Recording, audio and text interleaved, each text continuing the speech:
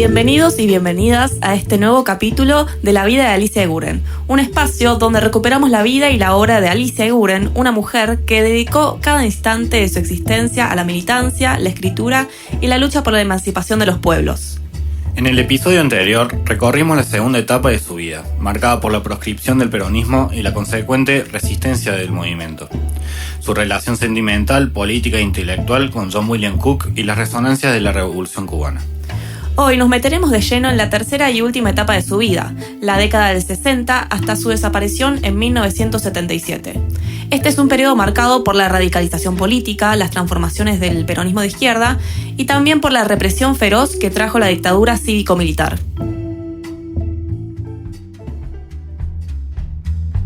Alicia llega a esta etapa con un enorme capital político acumulado junto a John William Cook.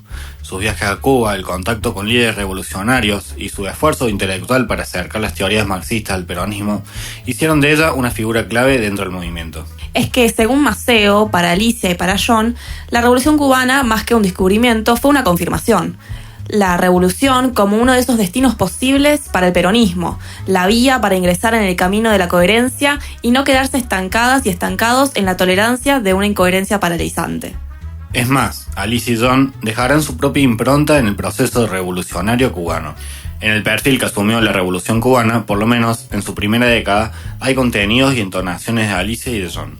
Es interesante observar cómo en la figura y el pensamiento de Alicia dialogaba el nacionalismo, es decir, la revolución en los países de América del Sur, y a su vez la causa más general del internacionalismo, esto que se discutía en la tradición de izquierda por ese entonces. Escuchemos la reflexión que nos deja Miguel Maceo al respecto.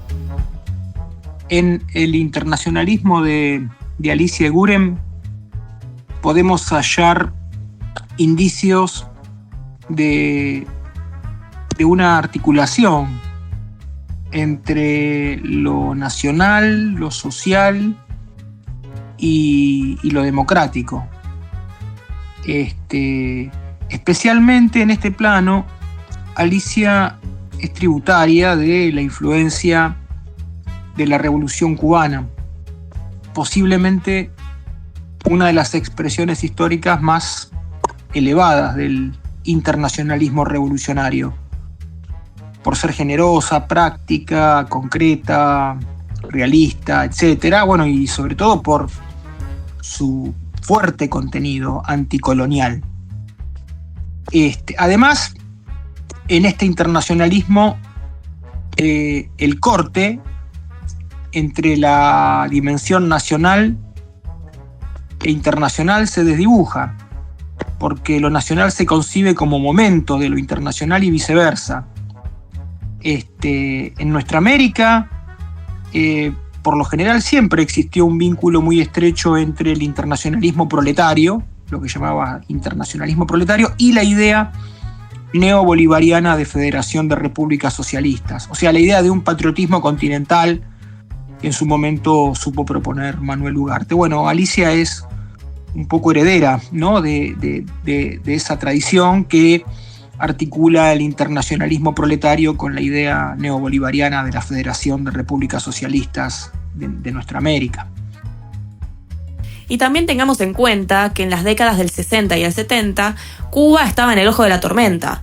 Fue un centro de encuentro de revolucionarias y revolucionarios de todas las latitudes. Y claro está, se encuentran con otro argentino al que la historia convirtió en una de las figuras más emblemáticas del proceso revolucionario cubano, Ernesto Che Guevara. Así es, en 1961, Alicia y Cook se incorporan a la Milicia Nacional Revolucionaria en Cuba para resistir la invasión norteamericana en Playa Girón, más conocida como Bahía de los Cochinos. Allí participaron como instructores milicianos, dieron conferencias, escribieron en la prensa y forjaron un vínculo muy cercano con el Che Guevara. Por supuesto que también encuentran un liderazgo arrasador y abrazador, carismático y vanguardista, el de Fidel Castro, y a un pueblo eufórico, tropical, noble, valiente y socialista de un modo que era, a la vez, espontáneo y cada vez más consciente. Sí, hablamos del rol que tuvieron Alicia y John allá. Ellos siempre estaban presentes cuando el Che recibía dirigentes y militantes de la Argentina. Además, ambos contribuyeron a modificar la visión que el Che tenía sobre la naturaleza del peronismo y sobre su potencialidad revolucionaria. Alicia, como John, comprendía que en la Argentina, sin el peronismo, o por lo menos sin una parte del peronismo, era imposible pensar en un proceso revolucionario. Sí, se decía que a la hora del reclutamiento de estos militantes revolucionarios, el Che confiaba plenamente en Alicia. Durante varios años, Alicia ofició como el primer contacto de las y los militantes que viajaban a Cuba desde la Argentina. Ella era el primer rostro con el que se encontraban al pisar la tierra cubana. No olvidemos que en las escuelas especiales de La Habana y Pinar del Río, Alicia recibió formación operativa. Ahí perfeccionó la formación espontánea adquirida durante la resistencia peronista y aprendió los métodos para el trabajo político clandestino en la ciudad, para eludir al enemigo y a sus cuerpos represivos. De esta manera implementó tácticas de contrainteligencia y medidas de seguridad, métodos de obtención, análisis y traslado de información, también chequeo, contrachequeo y observación visual, escritura cifrada e invisible y también el uso de códigos y otras claves. Sí, también fotografía y lectura de micropunto, coordinación con bases operativas, uso de seudónimos y preparación de fachadas y leyendas, uso de armas ligeras y manejo de explosivos, supervivencia, algo de defensa personal y un sinfín de coartadas. Bueno, en todos estos aspectos, Alicia estaba mucho más preparada que John. Recibió también algo de formación militar, pero muy básica. Seguramente debió sortear no pocos obstáculos para lograr ser tenida en cuenta como combatiente, porque usualmente los cubanos no entrenaban mujeres de otros países. Alicia fue una de las pocas excepciones. Asimismo, cabe destacar su rol como instructora en todo este proceso. Sí, unos años después, en 1963, vuelven a la Argentina para apoyar la formación del Ejército Guerrillero del Pueblo, el EGP, liderado por Jorge Ricardo Massetti en Salta. Esta fue una experiencia guevarista que buscó abrir un foco revolucionario en el país, aunque terminó siendo derrotada. Alicia fue la encargada de contactar con lo que quedó de la guerrilla del EGP, concretamente con el grupo que había logrado romper el cerco represivo. También colaboró con Gustavo Roca, el abogado cordobés que, a instancias del Che, se hizo cargo de la defensa de los sobrevivientes.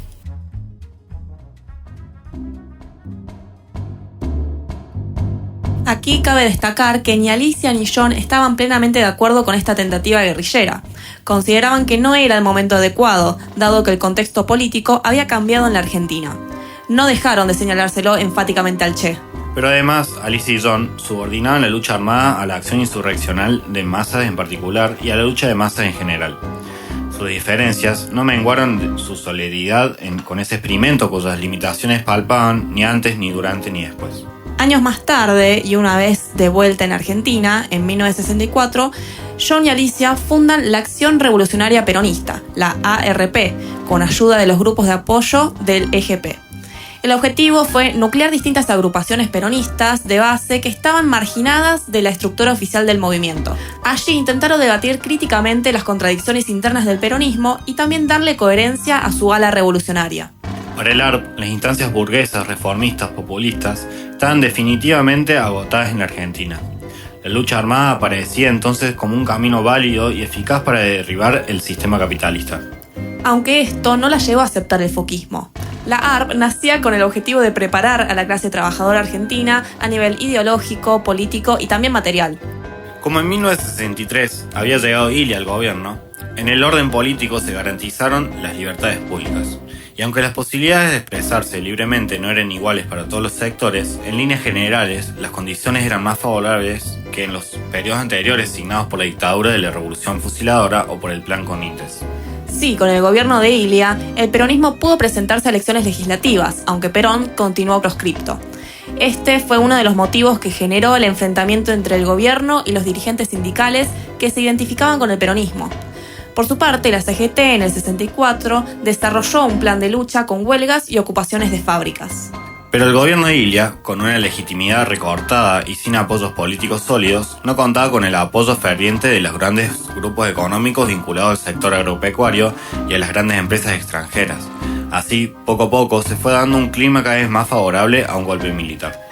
Sí, así, en un contexto de gran inestabilidad, después en 1966 llega la dictadura de Onganía y toma el poder, cierra todos los espacios democráticos y la militancia comienza a reorganizarse en la clandestinidad. En los primeros días de ese mismo año, en el que otro golpe sacude al país, se reunió en La Habana la primera conferencia de solidaridad con los pueblos de Asia, África y América.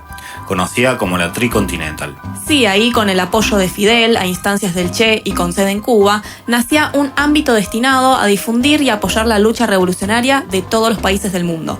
En el 66, Alicia está de nuevo en La Habana. John es el líder de la delegación argentina, compuesta por representantes del peronismo revolucionario, del PCA y otros grupos de la izquierda socialista. También, por aquellos días, Alicia pasó a formar parte del consejo de redacción de la revista Cristianismo y Revolución. En ese contexto, en los primeros días de 1967, llega un golpe muy duro para Alicia. John es diagnosticado con un cáncer de pulmón en un estado muy avanzado, irreversible. Mientras que él enfrentó el hecho de que le quedaba muy poco tiempo de vida con gran ironía, Alicia estaba profundamente afectada y lo acompañaba a todas partes. Sí, estuvo ahí hasta el último deseo de John.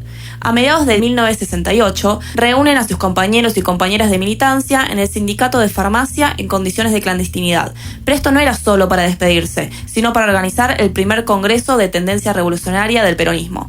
Ahí la idea era construir una plataforma ideológica con dirigentes históricos, sectores del sindicalismo, grupos protoguerrilleros y hasta estudiantes. Una vez que fallece John William Cook el 19 de septiembre de 1968, a los 48 años, Alicia sufre no solo una pérdida de un referente político e ideológico, sino que también muere una parte de ella. Era el hombre que había elegido y amado como nadie. Ese vacío que John dejó en Alicia lo cubrió con una pila de libros, revistas y papeles, y debió enfrentarse a los cuestionamientos de su jefatura en ARP. Sí, a partir de ese momento, Alicia sigue su camino sola, pero multiplicando su actividad política e intelectual. Como lideresa natural de la ARP, su autoridad comenzó a ser cuestionada por militantes más jóvenes, algunas y algunos provenientes del Partido Socialista Argentino de la vanguardia. Es que seguía siendo muy difícil admitir que una mujer ejerciera la autoridad política. Aún en ámbitos horizontales y vanguardistas, las estructuras del patriarcado interferían en la circulación de la palabra, produciendo distorsiones. Alicia no solo continuó disputando aquel espacio, sino que tuvo un rol central en la prensa revolucionaria. Fue editora en revistas fundamentales como Cristianismo y Revolución entre 1966 y 1971, Con Todo entre 1968 y 1969 y Nuevo Hombre entre el 71 y el 74. También integró la redacción del diario El Mundo entre 1973 y 1974, junto a referentes como Silvio Frondizi, Agustín Tosco y Jorge Di Pasquale. Y acá no nos olvidemos de algo clave. En 1972, Alicia impulsa la publicación de la famosa correspondencia entre Perón y Cook. Este es un documento fundamental para entender el peronismo revolucionario. Escuchemos cómo la misma Alicia, en este pequeño fragmento de una entrevista a un medio español, da cuenta de las diferencias entre ambos.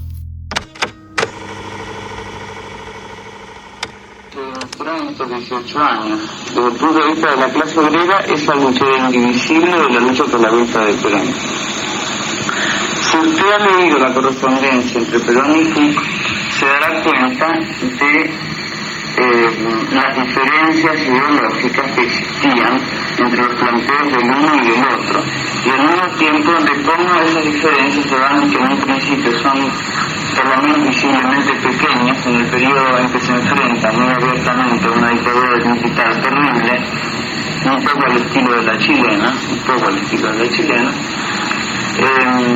las diferencias se van profundizando más cuando se abren brechas democráticas, y Perón ya en el gobierno de Frondizi opta por un camino, y los peronistas revolucionarios que en aquella época son muy pocos. En 1969 ocurre el Cordobazo, y con él se abre un ciclo de luchas populares conocidos como los Azos. Todo esto fue preparando el terreno para el retorno del peronismo al poder en 1973 con la presidencia de Héctor Cámpora. Tengamos en cuenta que esto que conocemos como el Mayo argentino, y en especial el Cordobazo, fue determinante para que Alicia saliera de esa depresión en la que estaba sumergida después de la muerte de John. Porque Alicia no pasó por alto que ese acontecimiento venía a inaugurar un ciclo de luchas populares, que este era el punto de inicio del auge de masas en Argentina. Era otro acontecimiento instituyente, como lo había sido el 17 de octubre. Luego, con el Viborazo de 1971, también en Córdoba, para Alicia se concretó una de las perspectivas apenas anunciadas por el Cordobazo. Sin duda la que ella más deseaba y la que más preocupaba a las clases dominantes: la articulación entre la clase trabajadora movilizada y las organizaciones políticos revolucionarias. Alicia va superando la depresión. Además, después del Cordobazo, tengamos en cuenta que Alicia comenzó a tomar mayor distancia del peronismo oficial. Desarrolló vínculos muy estrechos con las nuevas organizaciones revolucionarias, con los grupos más combativos. Ahí afianzó la relación política que tenía con Tosco, también con Salamanca del Sindicato de Mecánicos de Córdoba, con Santucho del PRT. Es más, Alicia participó, invitada por Santucho, del 5º Congreso del PRT, donde se decidió crear el ERP, su brazo armado del partido. En estos vínculos, Alicia no dejó de ser crítica. Al principio, por ejemplo, al PRT-ERP le cuestionaba su postura frente al peronismo. Le reprochó el hecho de no haber asimilado los análisis de John sobre la naturaleza del peronismo. Estimaba que esa incapacidad interpretativa los distanciaba del pueblo, restringía sus posibilidades de inserción popular y, por lo tanto, sus potencialidades políticas. También consideraba que Montoneros tenía una concepción movimentista errada y que no veían al Perón real, sino solo un espejismo. Luego vio con mucha expectativa la fusión de Montoneros con las FARC, porque consideraba la posibilidad de una influencia benéfica de estos últimos. En julio del 71, Alicia reinicia el intercambio epistolar con Perón, tomando la posta de su compañero. Sin embargo, no lo hace sola. La correlación de fuerzas en el orden mundial, el proceso latinoamericano, la crisis del imperialismo y de sus aliados entorchados, que en nuestra patria se están cayendo a pedazos. Un porcentaje mayoritario de nuestro pueblo volcado al peronismo y esperando de él soluciones que solo de él pueden venir, pero por la vía revolucionaria. Nos confirman en la justeza de nuestra dura lucha en años difíciles y nos exigen un esfuerzo continuado. Para transformar el peronismo revolucionario en una fuerza orgánica y consciente capaz de dirigir al peronismo a nivel nacional y capaz de transformar, en consecuencia, a todo el movimiento, en la cabeza de un frente revolucionario, de un frente de liberación al que confluyan todas las fuerzas que, con distintos signos, se plantean semejantes objetivos revolucionarios. Esta decisión explicitamos porque, como peronistas, deseamos que el salto revolucionario se haga fundamentalmente bajo el signo de la gran fuerza histórica a que pertenecemos. Carta de Alicia Uren a Juan Domingo Perón, julio de 1971. De todos modos, Perón no responderá esa ni ninguna de las cartas de Alicia, ninguna. Todo nos indica que el general no le reconocía la entidad política necesaria para oficializarla como interlocutora, como la prolongación de Cook. Ese ninguneo de Perón no puede reducirse a las diferencias ideológicas y políticas, ¿no?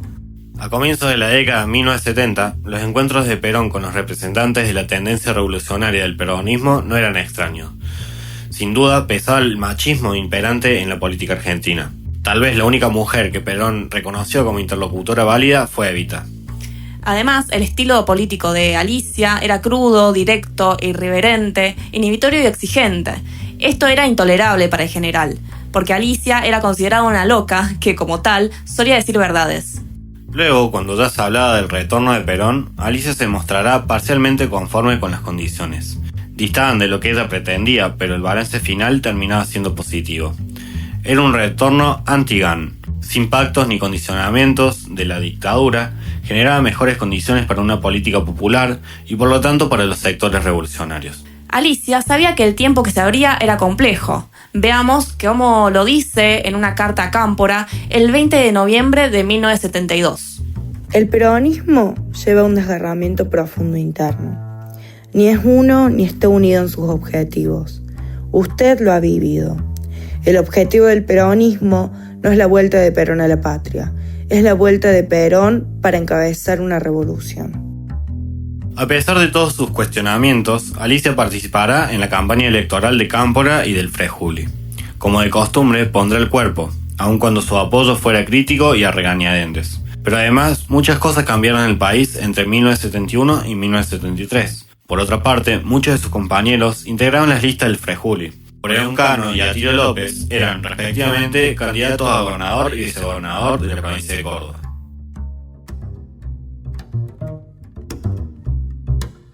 En una carta del 13 de marzo del 73, 2 días después del triunfo electoral de Cámpora, Alicia le comenta a Perón: este gobierno, para el pueblo, es una esperanza. Para los revolucionarios, un duro deber. Para la burocracia y para la neoburocracia fascista encaramada en los últimos meses, una aventura coronada por un éxito increíble. Se aprestan a usufructuar, no a servir, a coparticipar de las migajas del sistema, no a comenzar la revolución. Para Alicia, los antagonismos al interior del peronismo eran irresolubles. Las partes implicadas, las clases sociales detrás de los aparatos políticos y sindicales, se negaban respectivamente. De este modo se anticipaba a los acontecimientos que se sucederían en pocos meses. Sí, ahí Alicia, después de la masacre de Seiza, percibió con claridad que la derecha peronista tenía luz verde. Pensemos en el Comando de Organización, la CNU, la burocracia sindical con las 62 organizaciones a la cabeza y con su juventud sindical peronista, esto junto al lópezreísmo, que tenía a la AAA por un lado y a la juventud peronista de la República Argentina por el otro. Alicia veía cómo se iba conformando un esquema de corte fascista.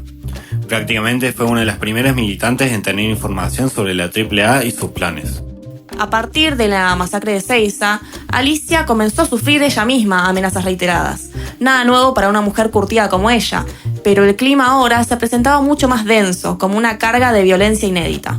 La AAA comenzó a mostrar cierta predilección por los militantes que habían pasado por la ARP.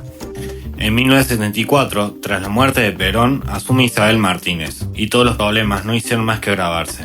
Como era de esperar, durante su gobierno se consolidó el poder del ministro de Bienestar Social López Rega, creador y jefe de la AAA. Con la persecución y asesinato de sus compañeros y compañeras de militancia, piezas claves de la resistencia, el mundo de Alicia se tornaba abrumador. En las cartas de Alicia, Pedro, en 1975, son habituales las referencias a compañeras y compañeros que se salvaron por un pelo porque se anticiparon a la AAA, pero también menciona a las y los que habían caído, a toda esa represión que se había tornado masiva y también al crecimiento de las ejecuciones.